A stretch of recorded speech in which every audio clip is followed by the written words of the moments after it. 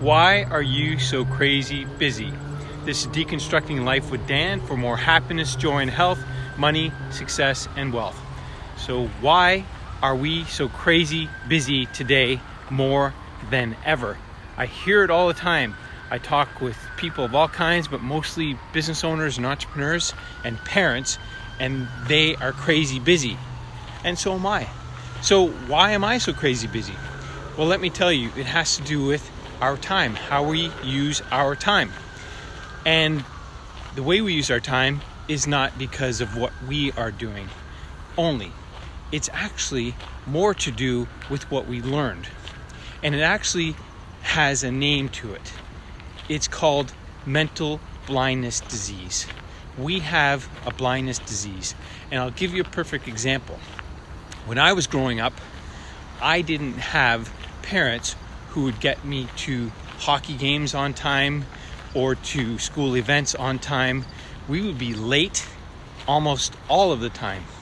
In fact, I was late for a hockey tournament, so much so that I didn't get to play in the tournament because it was daylight savings and my parents hadn't changed the time.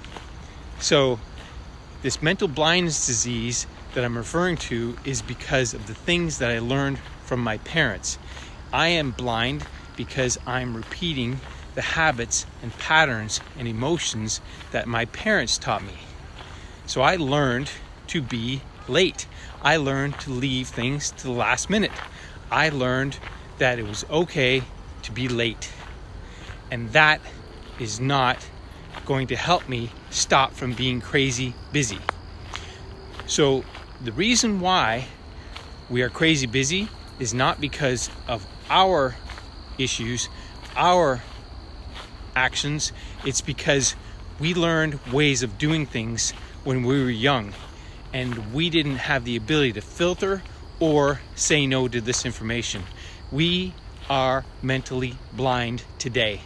And most of us have what I refer to as the victim virus. We blame and complain, and we look for ways of finding somebody else, but not us, who is responsible for our problems. It's the news, it's the media, it's CNN. Let's blame somebody else. Let's find who's at fault.